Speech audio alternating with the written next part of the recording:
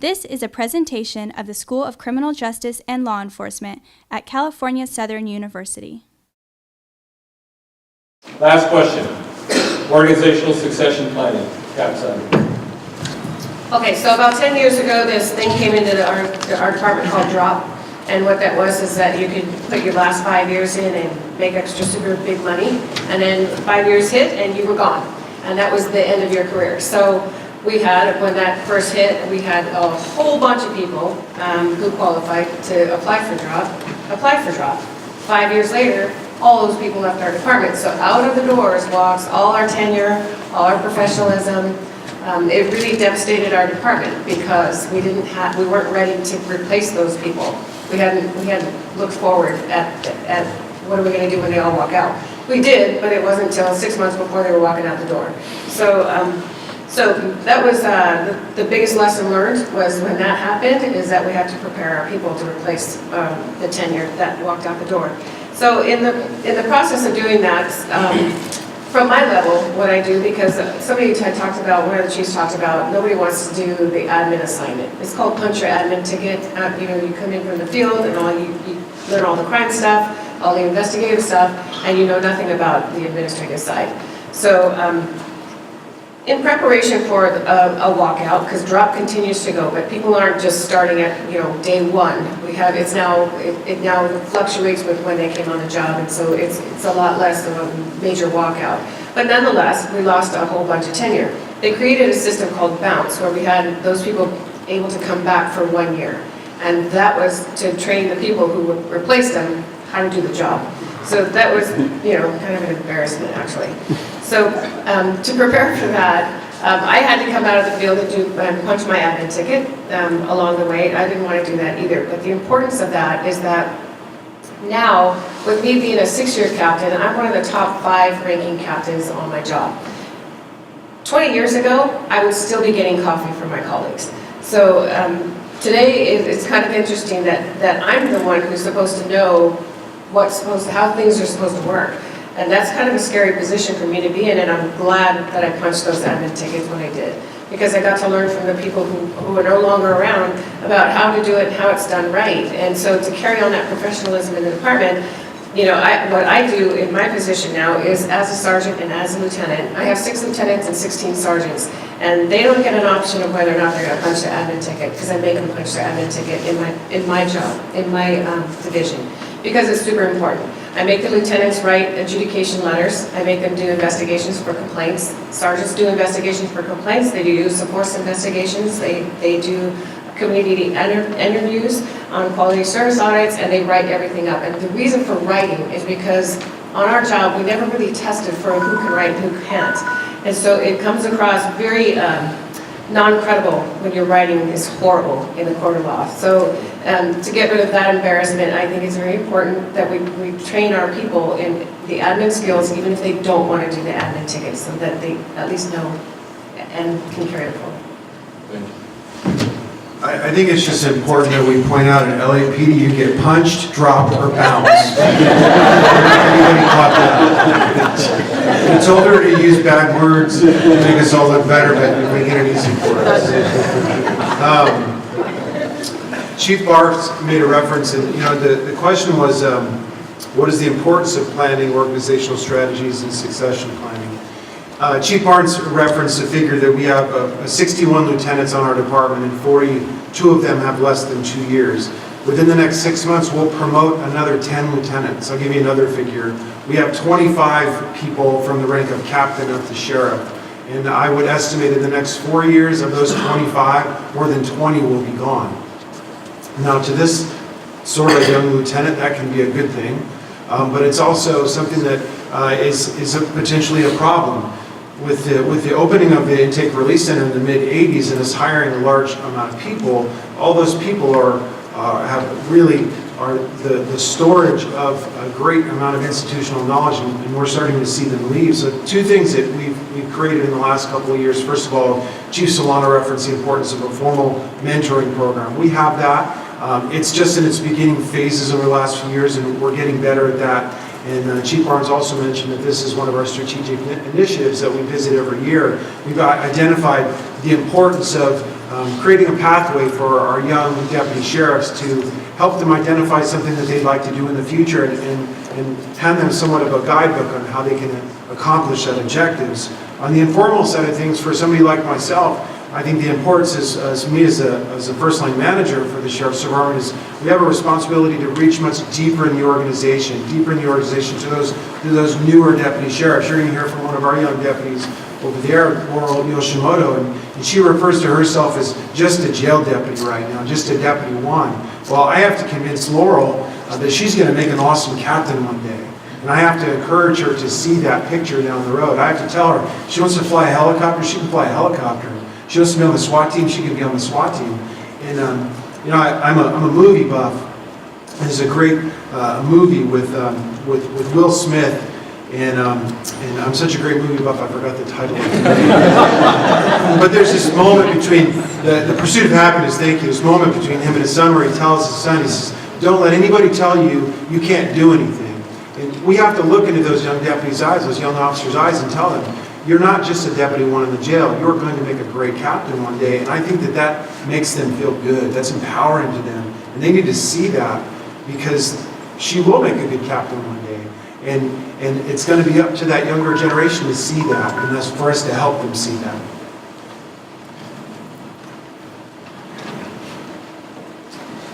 I think developing our future leaders is the root to our success in law enforcement. In my department, we recognize that, and ever since I can remember, we've mentored officers to become corporals, and corporals become sergeants, and sergeants lieutenants. We've encouraged them to think like the next level they want to be. We've encouraged them to get advanced educations. The entire command staff either has bachelor degrees or master's degrees. In fact, I think almost all of our command staff or upper command staff have master's degrees. We encourage and push the Golden West Leadership Development Program, which I think is a very good program that has prepared many of our officers to take the next step. For our sergeants, we have another mentorship with current sergeants or the senior sergeants. Similar to our FTO program, they have to go through a mentor book to become sergeants. We don't stop there. We send our lieutenants to management school. We send our sergeants to Supervisory Leadership Institute. And then when you get into command ranks, we have Command College and or the FBI National Academy. I think that as long as we keep doing those things, we'll be successful. I also think when I talk to friends and colleagues in other fields other than law enforcement, with the exclusion of the military, I think there's more leadership training in law enforcement than in any profession I've seen. When I talk to people in the private sector and I go, hey, when you moved up to the next rank, what did you have to do? And there's not much there. You know, oh, I ran things for a couple weeks by the last guy that had the job. We have formal programs, things that we document, books you have to go through. We have probationary periods of up to a year or 18 months.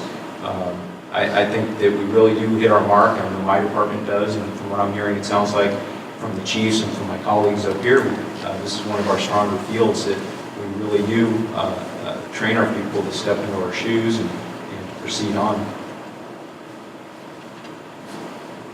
So we've talked a lot about concepts, about succession planning and strategic plans, and I just want to operationalize that for a moment. In my agency, we have a very robust strategic plan, and in fact, we had to do that out of necessity. In the next 3 years, 50% of my department will be retired.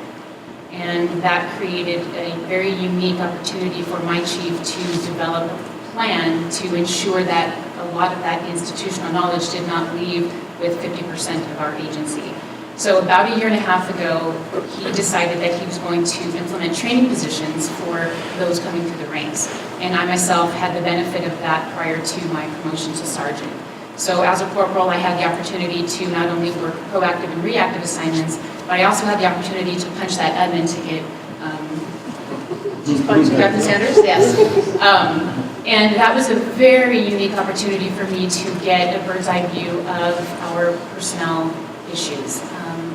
Many of the administrators here can probably agree with me when I say that In the higher ranks, you have very complicated and very unique personnel issues. From a line level, I had no concept of what that meant. I had no concept of how that affected the organization, how that affected the community. So I was very fortunate to have an opportunity to work for a couple of months in our Internal Affairs Bureau. So by the time I went to the rank of sergeant and I was doing personnel investigations, I had a very unique glimpse of what it took to do a thorough, technical, and comprehensive personnel investigation that not only protected the rights of the employee, but also protected the complainant. And so that is one thing, again, that my chief has done to make sure that all of our employees have the desired skill sets to move forward. So with succession planning, there's really looking at it as a whole. You've got to look short-term, mid-term, and long-term. And one of the problems I think we have in law enforcement is we're not real good at succession planning because I don't think we know where we're going a lot of times. And it's hard to mentor somebody who you don't even know what qualities you should be mentoring or what kind of person you should be looking for. In the short term, when I promoted to my current rank, I had been a lieutenant for a while, and somebody told me, you know, today is the day that you're the most qualified you'll ever be to be a lieutenant. Unfortunately, you're no longer a lieutenant. And it was very profound because really what that means is I've got a lot of knowledge now, and it's going to go away soon. I better share it quick. And in that short term, I think the people with the most knowledge really need to be tapped into. And what we usually do is we go to the people with the most knowledge and make them the busiest because they're the best at what they do. And somehow we need to reserve part of their day, part of their week to tap into what they can offer us in the short term. I think midterm, we need to mentor.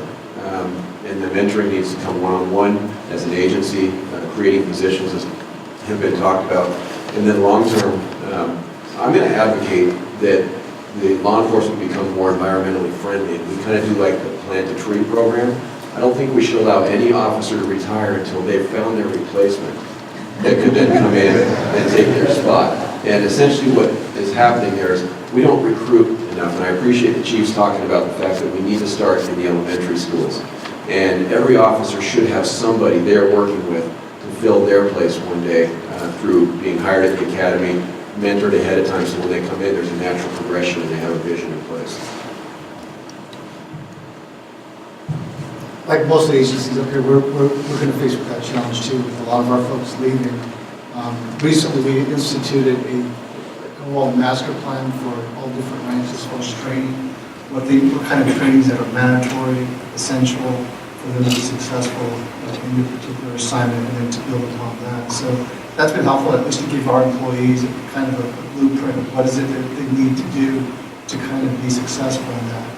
But in long term, one of the challenges we have is just looking at recruitment for us as far as getting the right people in. As so many of the chiefs have mentioned, that's one of our challenges. You know, working in professional standard, I have the responsibility for recruiting and hiring. And I will tell you, for some of the smaller agencies, it's challenging when everybody wants to go to Anaheim as opposed to somewhere else. And it's challenging with, you know, with 350 not being around, some of the other agencies that have that ability to do that.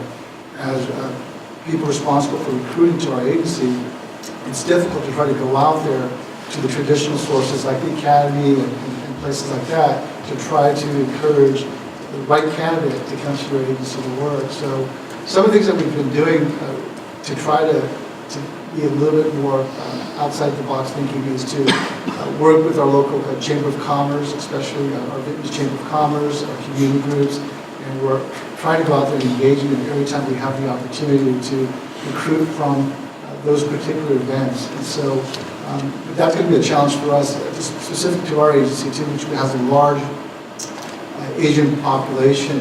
We're going to be losing about 50% of our Vietnamese-speaking officers in the next 2 or 3 years. And that's a challenge for us because I would say that just like every other call for service, there's a need for that language skill to translate or something like that. And so that's a challenge that we as a command staff are faced at. And it's hard to find qualified folks that have the language skill to try to come in and police that community too, besides just trying to, you know, a lot of the folks that we're trying to go after, they have other, with the economy picking up a little bit, they have other opportunities. So I'm trying to convince them to come into law enforcement, couple that with all the negative media attention that we've been having, it's a challenge to try to convince those that we really want in this profession to come into this profession. So that's the difficulty that we see, we're facing right now as far as succession planning, is getting the right people into the organization. So don't have an answer for it yet. It's something that we're kind of working through.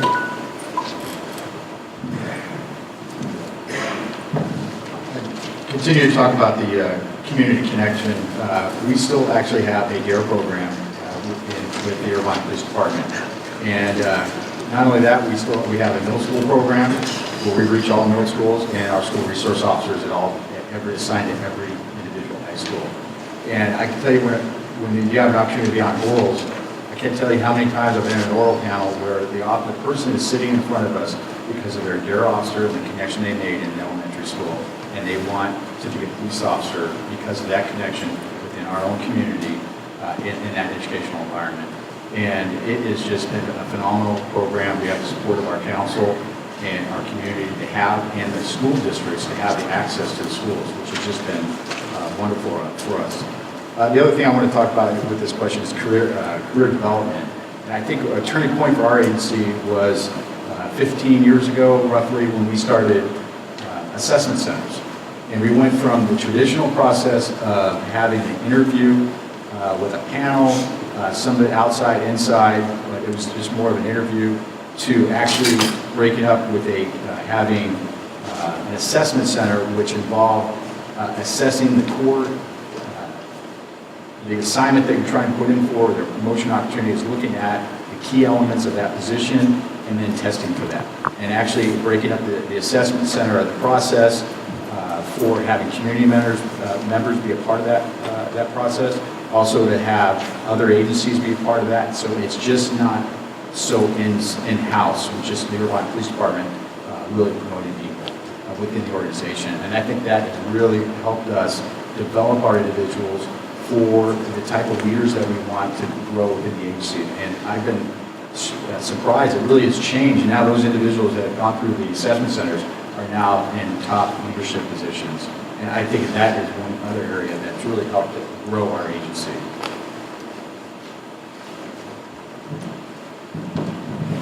So Chief Barnes, Lieutenant Park have provided you with some numbers here on our succession planning. So I'll give you one more with the Sheriff's Department. Since October 2010, 193 deputy sheriffs have been promoted to the rank of sergeant. So as you can tell, we've got a young group of leaders in our department. So what we've been doing, like Chief and Lieutenant Parker have been saying, is a formalized mentorship. We have one-on-one programs and just providing the opportunities to our employees to see how large the department is. We allow our sergeants to go to executive command staff meetings to listen and see what is being discussed. We allow our sergeants to go to command staff retreats, again, just to be a listener and observe, see what the future holds for the department. And I think going back to it, as we can listen today on how this is impacting every agency, it's just being a listener and working and networking with the other agencies to see what's working and what's not working in their department. I think what's really, really important is the mentoring that's been discussed up here. Start the recruiting young. I remember sitting at the lunch tables at Santa Ana Valley High School, and a Santa Ana police officer came up to me because he noticed I wasn't getting arrested like a lot of my schoolmates were, and he says, "Why don't you get in law enforcement?" You know, because this is back when it was pretty rough in Orange County, especially in Santa Ana. And I said, okay. From that one conversation as a sophomore in high school, I became a police officer. That was so out of line and out of sync, and some of the problems I know some of you may have is when you go to certain communities and you recruit, they're going to look at you and go, "Why are you here recruiting me?" And then the response has been said by everybody here, because you care about the future, you care about the profession, and that's why you're there recruiting. So I couldn't concur more for that, because that's the way it's done. And I think it's just critical. And what I've heard from the panel has been excellent. Is everybody getting a flavor for how the different levels are viewing and seeing it? And I hope it's beneficial, especially for the officers that are out there, to do that. I mean, thank excuse the panel for their outstanding input. This has been a presentation of the School of Criminal Justice and Law Enforcement at California Southern University.